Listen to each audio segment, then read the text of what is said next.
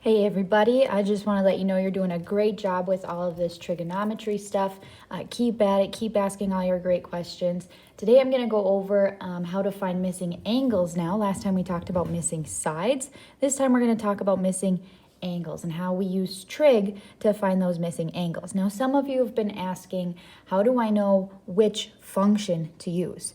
And really the triangle tells you everything you need to know to figure out that function. So the main thing we want to make sure we know is our trig abbreviation. So, ka, toa. This is really your check to know which function you want to use. So the way that we know what function we want to use is we have to look at which sides we're given with respect to the angle we want to find. In the last examples, we needed to use the angle and sides we were given to find a missing side. This time we're kind of working a little backwards. So I'm going to do the first 3 examples here, and if you want to do the other 3, I will post the key to those in Schoology so you can still have a look and see how to do those. So for this first one, we want to find the value of x rounding to the nearest tenth. Now remember, the tenth means the first decimal place. So if I have this first triangle, I have my angle x, and I like to draw in the angle line because that tells me which side is going to be adjacent to it. Now it has 2 sides that touch it. That's how you make an angle, is 2 sides together. But one of them is our special angle. It's our hypotenuse. It's across from our 90-degree angle. So we were given a hypotenuse. Well, I already know, since I'm given a hypotenuse, this can't be TOA. I can cross that off because tangent does not use the hypotenuse in any way. The other thing that I know right away is that this side right here is the other side that x is used to make its angle. However, we're not given the measure or anything for this adjacent side, so that means we're given the opposite side. In other words, since I'm not given the adjacent side, I don't want to use cosine either. I want to use the hypotenuse and I want to use the opposite. The only function that uses both the opposite and the hypotenuse is sine. So we're going to want to use that one. To use this, we write our angle inside of our sine function, and we write our ratio as opposite over hypotenuse. Well, we don't know what our angle is, so that'll stay as x. However, we know our opposite and our hypotenuse. Sine of x equals 15 divided by 24. Now, if you were to try and put sine of x into your calculator, it wouldn't tell you anything because sine is just a function. It takes the number that we plug in for our angle and gives us what that function would be. Since we don't have a number to plug in though, we have to use what's called the inverse functions. So on my calculator here, you'll see there are our sine, cosine, tangent buttons, but up here, right above it, are the sine inverse, cosine inverse, and tangent inverse in yellow right there. So the way that I get to those is very similarly to how I was able to use mode and get out of that mode function. The way that I do that is instead of using just sine, I use second sine. So we'll get there in just a second. First, I need to get x all by itself. That's how I solve for a missing variable.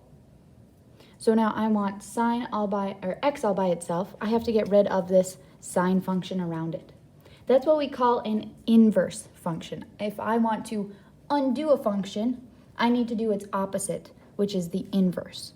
So now if I take sine inverse of both sides, which is noted with this little -1 up here. So my sines will simplify to just x. And on the other side, I'll have sine inverse of 15 over 24. So to figure out what x is equal to, we want to use our calculator here again. So I'll do second sine, turn it on, there we go. Second sine inverse, 15 divided by 24.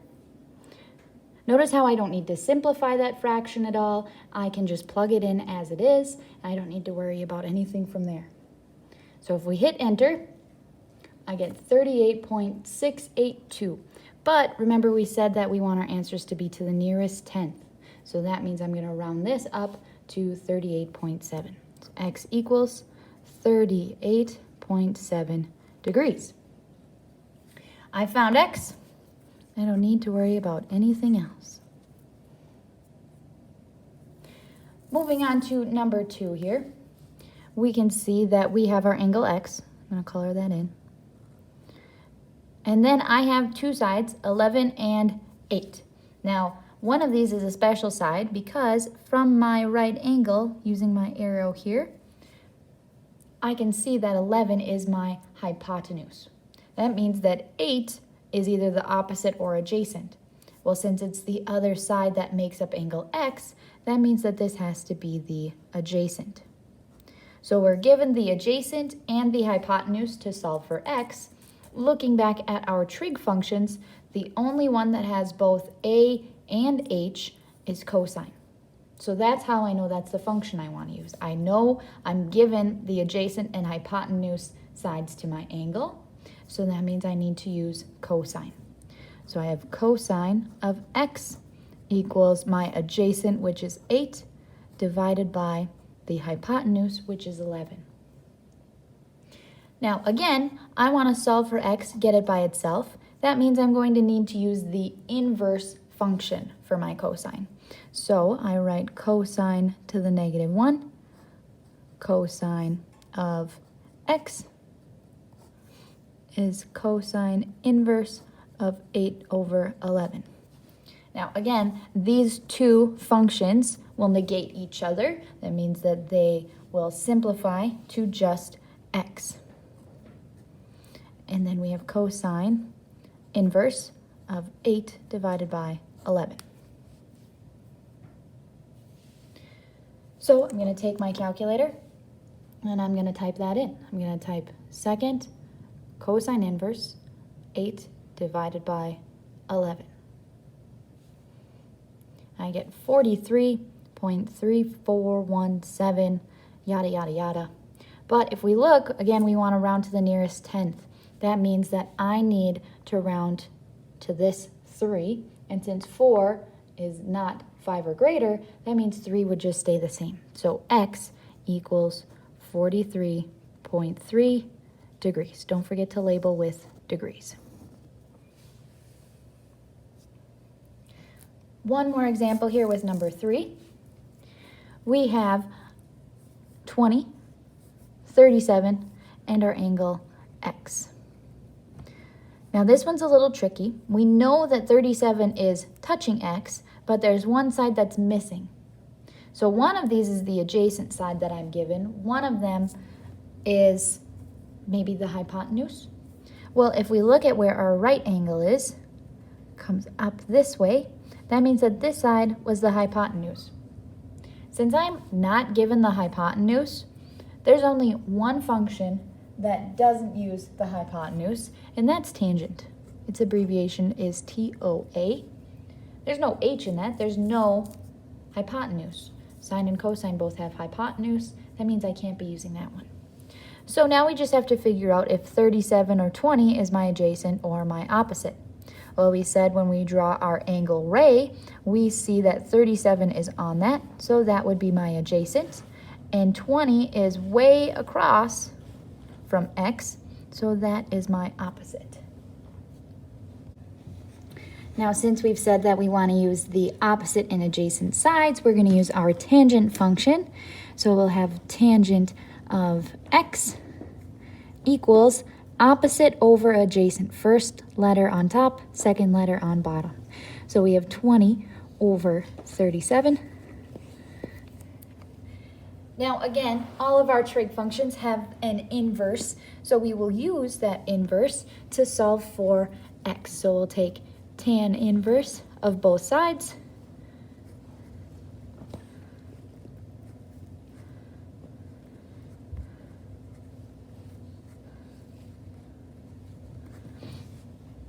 And we know that these two functions negate each other. So we have x equals tan inverse of 20 over 37. So on our calculator, we would say second tan inverse 20 divided by 37. And we get 28.39, which means since we're rounding to that nearest tenth, my x is 28.4 degrees.